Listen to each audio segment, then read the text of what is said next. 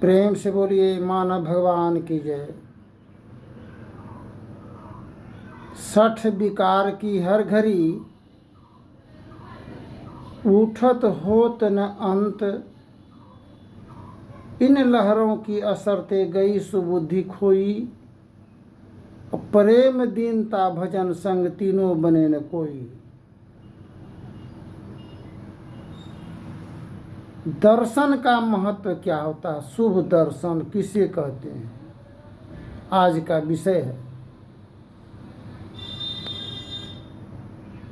एक बार अपने पुत्र को नित्य प्रतिदिन शिक्षा देता था। देखो पुत्र,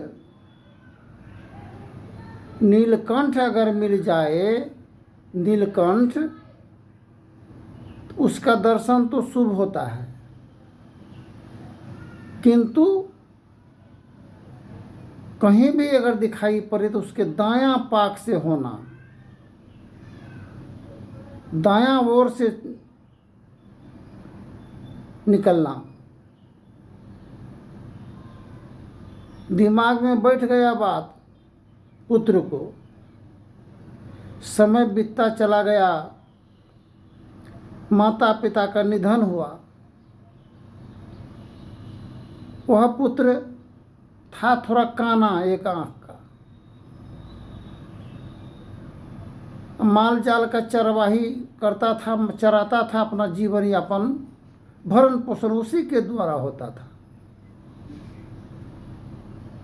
एक बार नीलकंठ डाल पर बैठा हुआ था और उड़ने लगा वह, और उसको दायां तरफ करने के लिए वह पीछे से दौड़ता चला गया कि कहीं बैठेगा तो उसके दायां होकर के हम जाएंगे। बहुत बड़ा रात हो गया। दायां तो किया, किंतु रात ज़्यादा होने के कारण अंधकार भी ज़्यादा था। और उसी होकर के बाराती जा रहा था।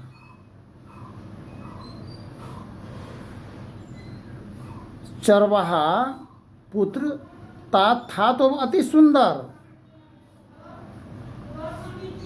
और उसी होकर के बाराती जा रहा था। बाराती गणमान व्यक्ति के यहाँ जा रहा था, राज दरबार में। लड़का कहना था दूल्हा। बाराती सोचा मन में, बाराती के पिताजी सोचे मन में, यह लड़का तो देखते हैं सोया हुआ है यहाँ, अब बहुत सुंदर है। मेरा पुत्र तो काना है, हो सकता है कि शादी विवाह संपन्न न होने पाए, टूट जाए, बिखर जाए। यही लड़का को ले जाते हैं, शादी विवाह करा करके अंत में उसको वहाँ से विदा कर देंगे। शादी हो जाने पर मेरा काना लड़का प्रवेश करेगा कोहबर घर में। अंत में शादी हो जाने पर थोड़े छूटा छूटी होगा, जीवन भर का तो यह रिश्ता कायम रहेगा। चला गया, लड़का को उठाया, दूल्हा का पोशाक पहना होना करके ले गया। शादी विवाह हो गया धूमधाम से। सभी को कहा बहुत लड़का सुंदर है, अति सुंदर है लड़का। और लड़का को कह दिया था कि देखो, जितना मूल्य उपहार चाहिए हम देंगे, किंतु एक शर्त है, प्रातः काल पहले तुम जग करके वहाँ से हट जाना। बोला ठीक है। किंतु चरवाहा दौड़ते दौड़ते भूख प्यास लग गया था बहुत ज़्यादा। अपने दुल्हन को कहे कि देखो, हमको बहुत भूख और प्यास लगा है, हमको कुछ भोजन कराओ। अब कोहबर घर में भोजन का व्यवस्था क्या रहेगा? फिर भी कुछ न कुछ उसको जो था, दही था रखा हुआ, चूरा था, खिलाया उसको, भरपेट पानी पिलाया, मस्त हो गया। थोड़े देर में सवेरा होने वाला था, लड़का वहाँ से निकल गया। फिर काना लड़का अपना दूल्हा के भेष में प्रवेश कर गया कोहबर घर में। सवेरा हुआ, नींद टूटा लड़की को, तो सर्वप्रथम दर्शन हेतु अपने दूल्हा का चेहरा को निहारने के लिए अपने नयन को खोली, तो देखा मन में, लड़की देखी कि ये तो मेरा दूल्हा नहीं है। हम जिससे शादी विवाह हुआ था वो तो मेरा अति सुंदर था, मेरा वर, किंतु ये तो काना है, देखने में भी सुंदर नहीं है। जरूर ये कोई छल कपट हुआ है। सवेरा हुआ, अपने पिताजी को, माता को कहे ये मेरा वर दूल्हा नहीं है।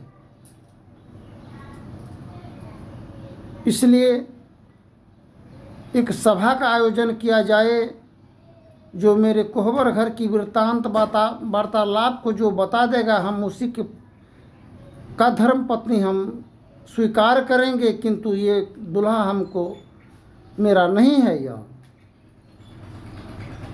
सभी बाराती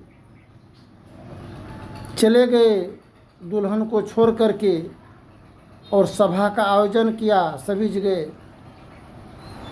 विचारधाराओं को व्यक्त किए कि जो मेरे कोहबर घर की विचारधाराओं को वार्तालाप से हमको अवगत कराएंगे, हम उन्हीं का दुल्हन रहेंगे।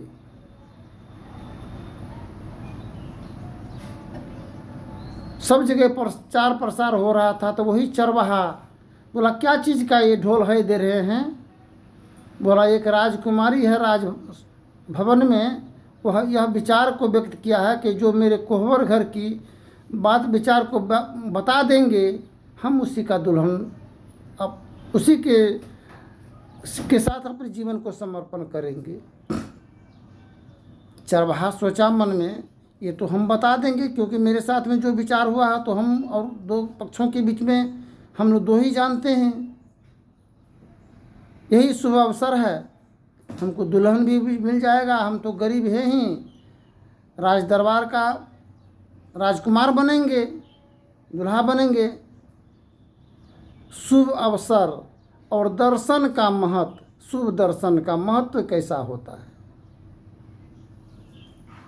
वह चले गए राज दरबार में, नगारा ढोल में आवाज़ दिया, बोला जो भी बात है हम बताएंगे। दोनों को एक भवन में प्रवेश किया और दोनों पति पत्नी, जो बात था कोहबर घर का, सभी को बता दिया। दोनों बरमाला उसी को दिया गया, उसी का पत्नी हुआ। इसलिए संत सदगुरु कबीर साहब की वचन है, कहा सुने की बात नहीं, देखा देखी की बात, दुल्हा दुल्हन मिल गई, फीकी परी बरात। दुल्हा है और दुल्हन है, और मन में खेद है, आपसी विचारधाराओं में एकता नहीं है, तो उसको टूटने में और बिखरने में देर नहीं लगेगा। इसलिए शादी विवाह के समय में दो पक्षों के बीच में आपसी तालमेल होना अति आवश्यक है। किंतु इस विषय का सारांश यही है कि हर घर की माता बहन पुत्र वधू एवं प्रकार से दर्शन मंदिर का तो करती है, मूर्ति का करती है, किंतु गृह स्वामी का दर्शन नहीं होने पर सभी दर्शन व्यर्थ होता है। क्यों? कि वह कुल की मान है, कुल का सम्मान है। देव पितर परिजन सब गुरु में करे निवास, कहते हैं संत सबू। उर्माही प्रभु गुप्त अंधेरा छाई रहे, गुरु गुरु करत प्रकाश प्रभु को प्रत्यक्ष लहू। हम जब भी गोसाई घर देवी देवता में जाएंगे, अपने मन की व्यथा और विचार को व्यक्त करेंगे, तो वो नहीं सुनेगा, नहीं तो कोई कुछ संकेत दे कर के बताएगा।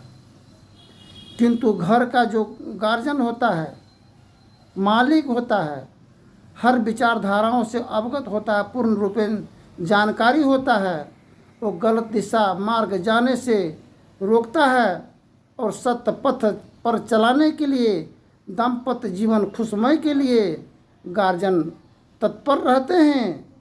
वर्षा हो, पानी हो, आंधी तूफान का सामना करते हुए अपने बाल बच्चों के कुशल जीवन के लिए मंगल कामना परमात्मा परमेश्वर से करते हैं।